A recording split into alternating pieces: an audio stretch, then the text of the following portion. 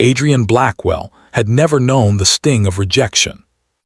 He was the man who had rewritten the rules of the financial world before his 30th birthday, a millionaire many times over by 35 and by 40 a legend. People whispered his name in boardrooms and women whispered it in their beds. He was charm incarnate, tailored suits that hugged his broad frame, a smile that promised both danger and pleasure, and an aura of power that made people lean in without realizing it. Adrian didn't chase, he selected, and the chosen never said no. At least, not until that night. The gala at the Waldorf was his playground, polished marble, chandeliers dripping with crystal, champagne flowing like water. Adrian entered with the usual confidence, his presence turning heads. Women assessed him with practiced eyes, their bodies angling toward him as though pulled by gravity. He enjoyed it, of course, but it was routine, predictable. And then he saw her. She wasn't like the others. No sequined gown, no desperate sparkle in her eyes. She stood near the grand piano, a glass of red wine in her hand, her black dress understated yet striking. Her hair was swept into a simple knot, and her eyes, God, her eyes, were calm, detached, as though the swirl of wealth and status around her barely registered. Adrian felt something he hadn't felt in years, curiosity. He crossed the room, ignoring the socialites vying for his attention. She noticed him approaching but didn't flutter her lashes or part her lips in expectation. She simply waited, her posture relaxed, as though he were just another man in the crowd. "Adrian Blackwell," he said smoothly, offering the smile that had undone women across continents. "I know who you are." Her voice was cool, measured. "Then I'm at a disadvantage." He leaned in slightly, confident, rehearsed, "because I don't know you, and I'd very much like to." Her lips quirked, not in amusement but in something dangerously close to dismissal. "Isabella Hart, and no, Mr. Blackwell, you wouldn't." For a beat he didn't process it. No, the word slid across his mind like ice. "Would," he repeated, his tone light but edged with disbelief. "You wouldn't like to know me," she said evenly, her gaze steady. "I'm not interested."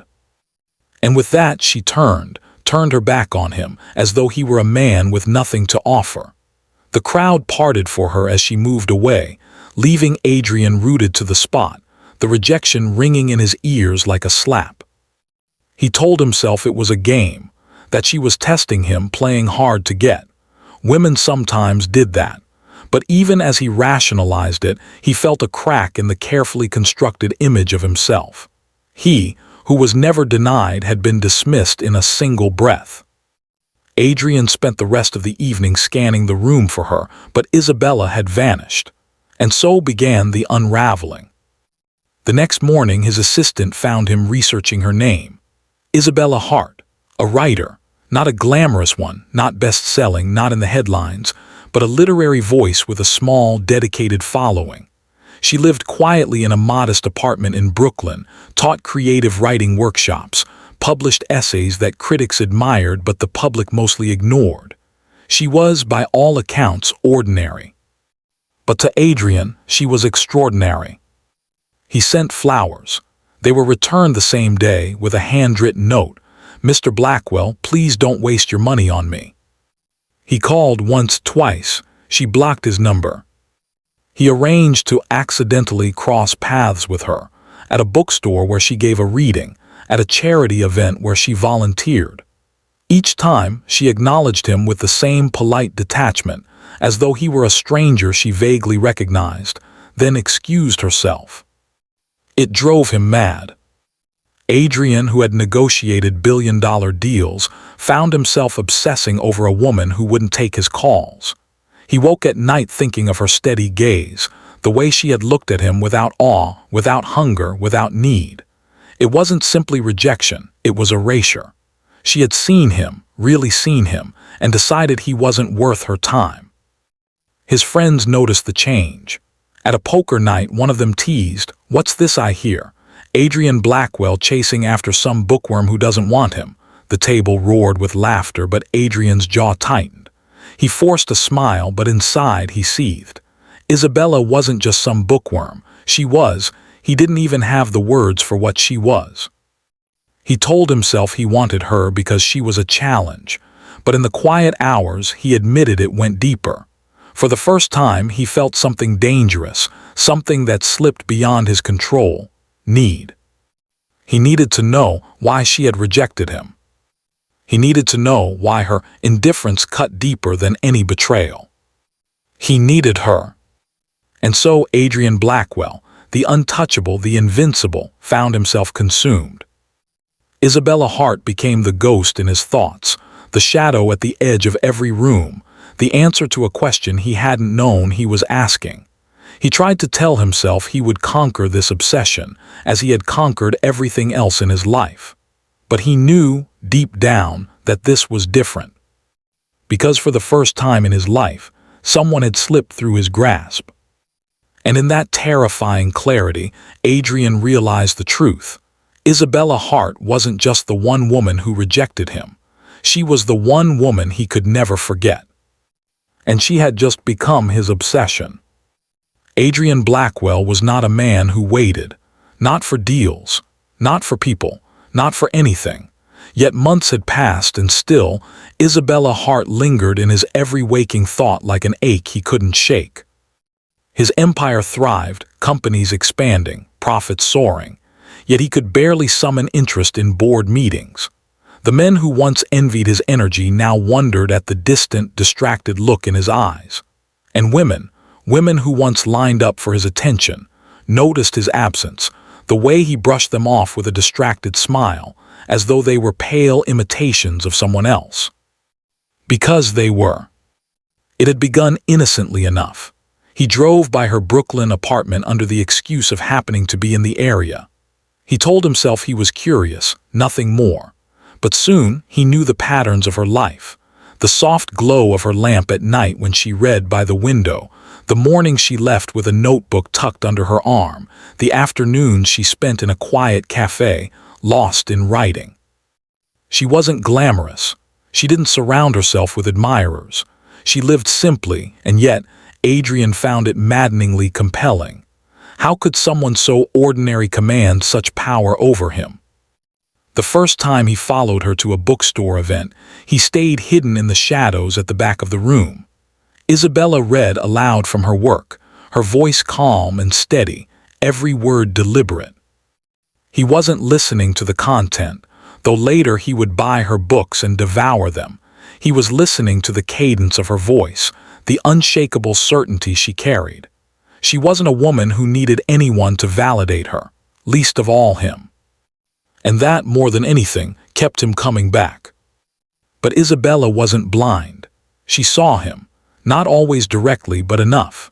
She noticed the same man, impossibly polished, lurking in places he didn't belong, her quiet cafes, her book events, the charity gala where she volunteered at a booth far beneath his stature.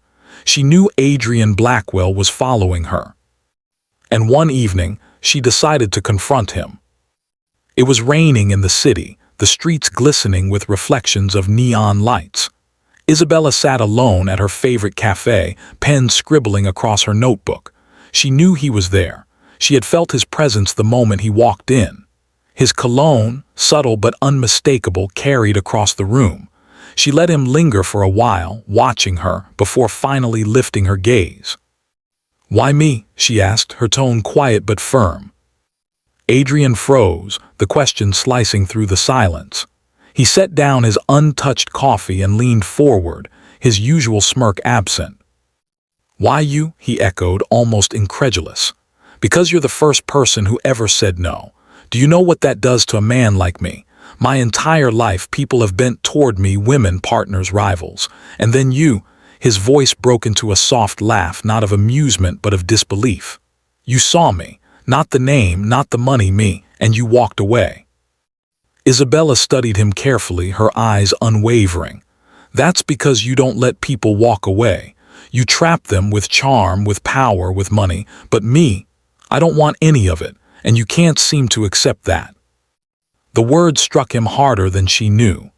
Adrian, who had faced hostile takeovers and brutal negotiations, felt stripped bare in front of her. He wanted to argue, to insist that this was different, that she was different, but no words came. "Adrian," she said softly, almost gently, "this isn't love. It isn't even desire, it's ego. You're not used to losing, but I'm not a prize for you to win." Her calmness infuriated him more than anger ever could. If she had shouted, insulted him, stormed out, it would have been easier. But her composure made him feel like a child who hadn't learned the rules of a game. He leaned closer, his voice low, almost pleading. "You think this is just ego? Then why can't I stop thinking about you? Why do I see you in every room, hear your voice in every silence? You haunt me, Isabella. You're in my head and I don't know how to get you out." For a fleeting moment, he thought he saw a flicker of sympathy in her eyes, but it vanished as quickly as it appeared. "That's not my responsibility," she said, gathering her notebook. "Whatever void you're trying to fill, it isn't me who needs to fill it, it's you." She stood, her movements graceful but firm, and walked out into the rain. Adrian remained frozen, staring at her empty seat, the echo of her words gnawing at him. That night he didn't sleep. For the first time in years he felt powerless. His wealth, his influence, his carefully constructed persona, all meaningless. Isabella had exposed something he had buried under years of excess. The truth that beneath the charisma, the money, the women, he was empty. But emptiness doesn't disappear when named. It grows. Adrian's obsession deepened. He read every piece Isabella had ever published, memorized her words as though they contained the key to unlocking her. He thought about calling her again, sending more flowers, showing up at her door. But something stopped him, her voice, echoing in his mind. This isn't love. It isn't even desire. It's ego. For the first time, Adrian questioned himself. Did he want Isabella because he truly loved her, or because she was the one thing he couldn't control? The answer frightened him. Weeks passed. He saw her occasionally from a distance, always resisting the urge to approach. She seemed unchanged, unbothered, her life moving forward without him. And he realized with a slow, dawning horror that this was how it would end. Not with her falling into his arms, not with some grand conquest, but with her simply continuing her life as though he had never mattered. And perhaps he hadn't. One evening, standing outside her apartment building, Adrian finally understood the truth. Isabella Hart wasn't the one who rejected him. She was the one who revealed him to himself. She had shown him the hollowness he had spent decades covering up with money, women, and power. And so Adrian Blackwell, the untouchable millionaire, walked away. Not from her, but from the man he had been. Isabella Hart would remain his ghost, the memory of the woman who said no. The woman who became his obsession. The woman who, without ever loving him, changed him forever.